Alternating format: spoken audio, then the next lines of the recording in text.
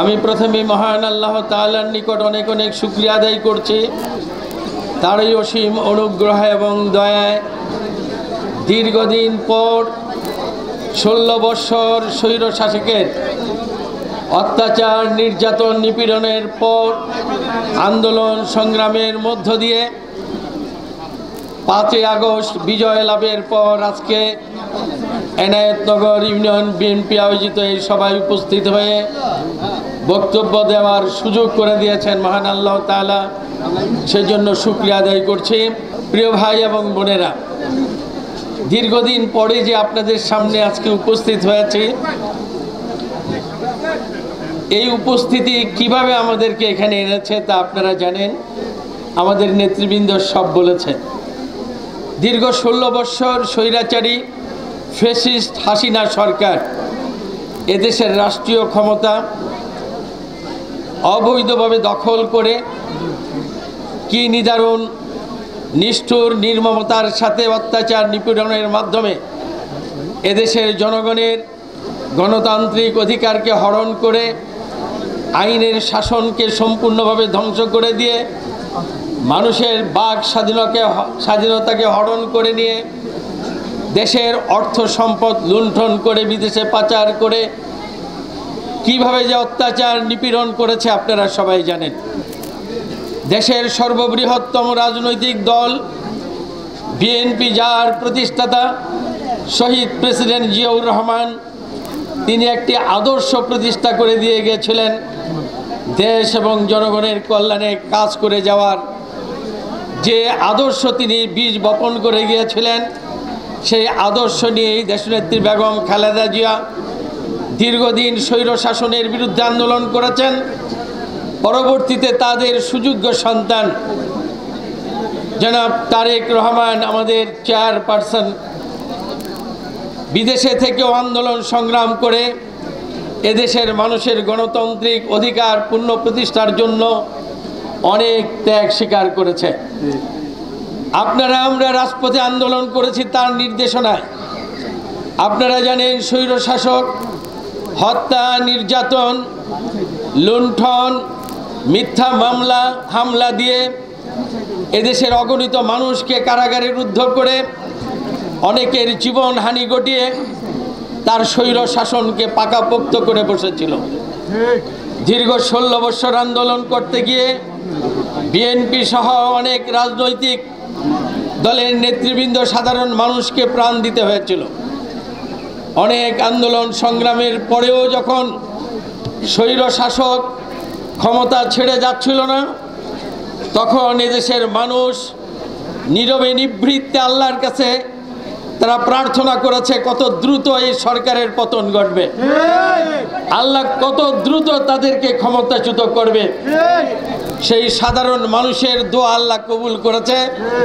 আমাদের সন্তান ছাত্ররা যখন আন্দোলন শুরু করে, বৈষম্য বিরোধী আন্দোলন যখন এক দফার আন্দোলনে রূপান্তরিত হয়, এদেশের সকল রাজনৈতিক দল, আওয়ামী লীগ এবং 14 দল ছাড়া গণতান্ত্রিক মনার সমস্ত দল এবং মানুষ রাজপথে নেমে আসে সেই দিন স্বৈরাচারের বিরুদ্ধে। আমি আজকে এই সভায় দাঁড়িয়ে এই নারায়ণগঞ্জবাসীকে ধন্যবাদ জানাতে চাই, যারা এই আন্দোলন সংগ্রামে অংশগ্রহণ করেছিলেন এবং ত্যাগ স্বীকার করেছেন, জেল, জুলুম, অত্যাচার, নির্যাতন, নিপীড়ন সহ্য করেছেন। তাদের সবাইকে আমি আমাদের বিএনপির পক্ষ থেকে, আমার ব্যক্তিগত তরফ থেকে আন্তরিক ধন্যবাদ জানাচ্ছি।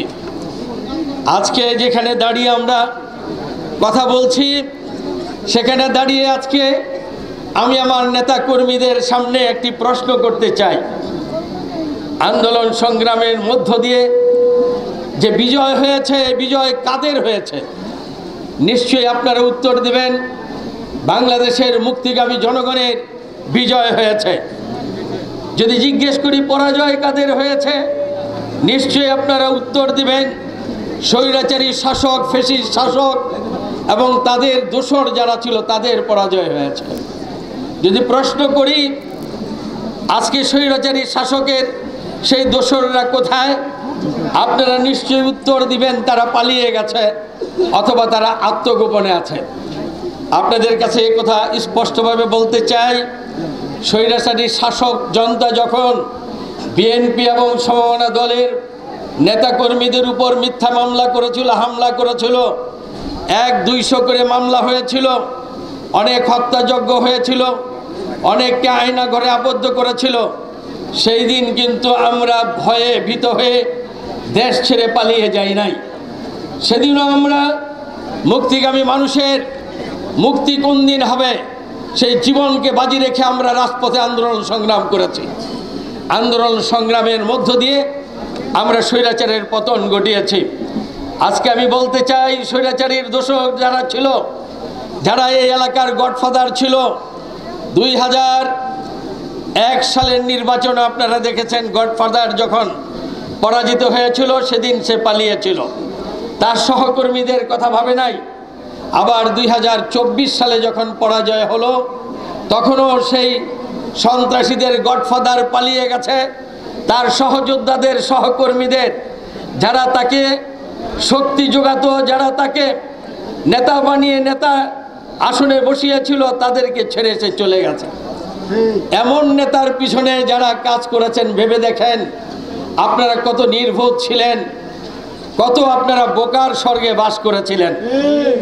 নেতা আপনাদেরকে কখনোই পছন্দ করে না, আপনাদেরকে ব্যবহার করে, সেই নেতার পিছনে আপনারা ছিলেন। আর আমরা দৃঢ়তার সাথে বলতে চাই, আমরা জনগণের সেবক হিসাবে যাদেরকে মনে করি, জনগণের সুখ দুঃখের সাথী হয়ে সব সময় থাকি। যত অন্যায় অত্যাচারে আমাদের উপর আসুক না কেন, যত জেল জুলুমে আসুক না কেন, আমরা জনগণকে ছেড়ে কখনো যাই নাই, ইনশাল্লাহ আগামীতেও যাব না। আমরা জনগণের সুখ দুঃখের সাথী হয়ে থাকতে চাই।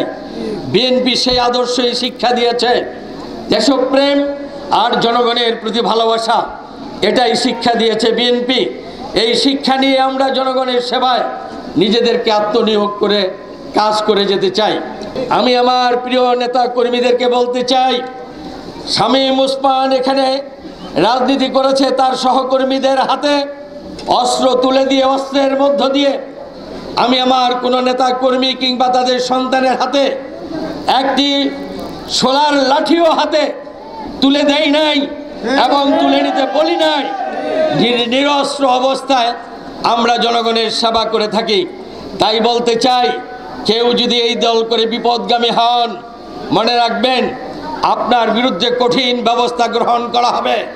আপনার পিছনে যত বড় শক্তি থাকুক না কেন, আপনি যত বড় ডেজিগনেশন দাঁড়িয়ে হন না কেন, যত বড় ক্ষমতাধর নেতাই হন না কেন, আপনাকে বিএনপিতে রাখা হবে না। আমি এই এলাকার মানুষকে শ্রদ্ধার সাথে বলে দিতে চাই, যে যেখানে অন্যায় করবে, অপরাধ করবে, সেটা যে দলেরই হোক না কেন, অপরাধীকে চিহ্নিত করে তাদের বিরুদ্ধে আপনারা সোচ্চার হয়ে দাঁড়াবেন। যদি আপনারা না পারেন আমাদের কাছে লিখে জানাবেন, তাদের বিরুদ্ধে আমরা শাস্তিমূলক ব্যবস্থা গ্রহণ করব। বিগত 16 বৎসর যারা সন্ত্রাস করেছে, নিরস্ত্র মানুষের উপর গুলি চালিয়েছে, অস্ত্র প্রদর্শন করে যারা রাজপথে আন্দোলনকে স্তব্ধ করতে চেয়েছে, তাদের কোনো অবস্থায় রেহাই করা যাবে না। তাদের শাস্তির আওতায় আনতে হবে, তাদেরকে কঠিন শাস্তির মুখোমুখি করাতে হবে। এই জন্য আপনারা কেউ আইনকে হাতে তুলে নেবেন না, আইনের হাতে তাদেরকে সোপর্দ করবেন, এটা আপনাদের কাছে আহ্বান জানাই। আর প্রশাসনে যারা আছে তাদেরকে বলতে চাই, অস্ত্র কার হাতে আছে